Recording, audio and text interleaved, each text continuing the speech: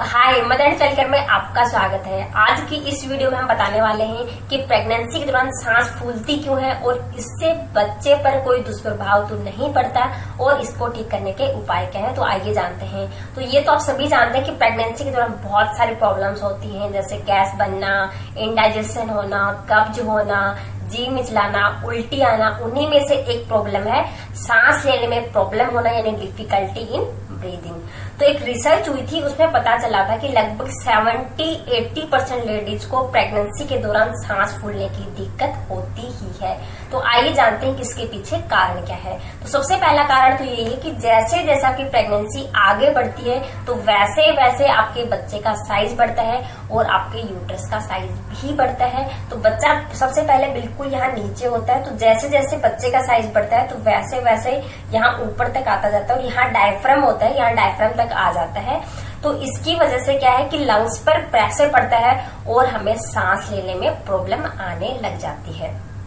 Second कारण ये होता है कि प्रेगनेंसी के दौरान हमारा वेट गेन होता है और वेट गेन होने की वजह से भी लंग्स पर दबाव पड़ता है और इसके कारण भी सांस फूलने लग जाती है।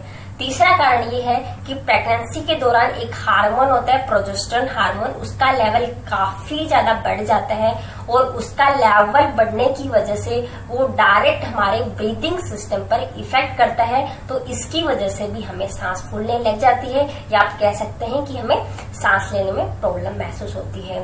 इसके अलावा ये कारण हो सकते हैं कि आप अपनी बॉडी की डिमांड से ज्यादा एक्सरसाइज करती हो या फिर घर का कोई काम करती हो या फिर ज्यादा वजन उठाती हो तो बॉडी को थकान महसूस होती है और इस वजह से भी सांस लेने में प्रॉब्लम हो सकती है।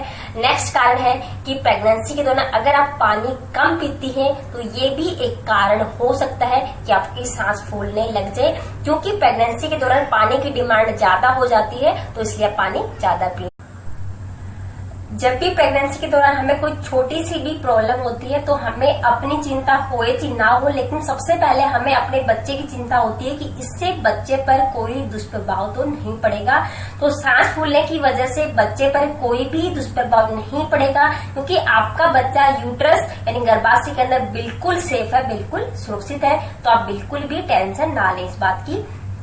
नेक्स्ट कुछ टिप्स है जो आपकी सांस फूलने की समस्या को कम करेंगे, जो मुझे भी मेरी प्रेगनेंसी के दौरान काफी हेल्प मिली इनसे। तो सबसे पहला है कि जब भी आपकी सांस फूले आप एसी या कूलर के सामने बैठ जाइए अगर आपको गर्मी लग रही है तो, और आप लंबी लंबी गहरी गहरी सांस लीजिए या फिर आप अनुलोम विलोम कीजिए। तो इससे आपके 5-7 मिनट के अंदर अंदर ही आपको काफी रिलीफ महसूस होगा।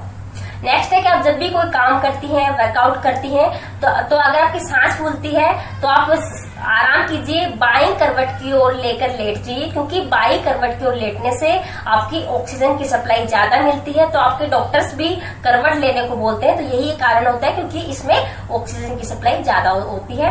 और आप तनाव मुक्त रहिए, पौष्टिक भोजन कीजिए और चाय और कॉफी का सेवन कम से कम करें और पानी ज्यादा पीजिए, क्योंकि प्रेगनेंसी के दौरान पानी की डिमांड ज्यादा होती है। तो अगर आपकी बॉडी नमी बरकरार रहेगी तो आपकी सांस फूलने की समस्या कम हो जाएगी। तो इन टिप्स से आपको कुछ हेल्प मिलेगी। तो अगर आपको वीडियो पसंद आई हो तो प्लीज लाइक कीजिए, कमेंट कीजिए और हमसे जुड़े रहने के लिए चैनल को सब्सक्राइब करना ना भूलें।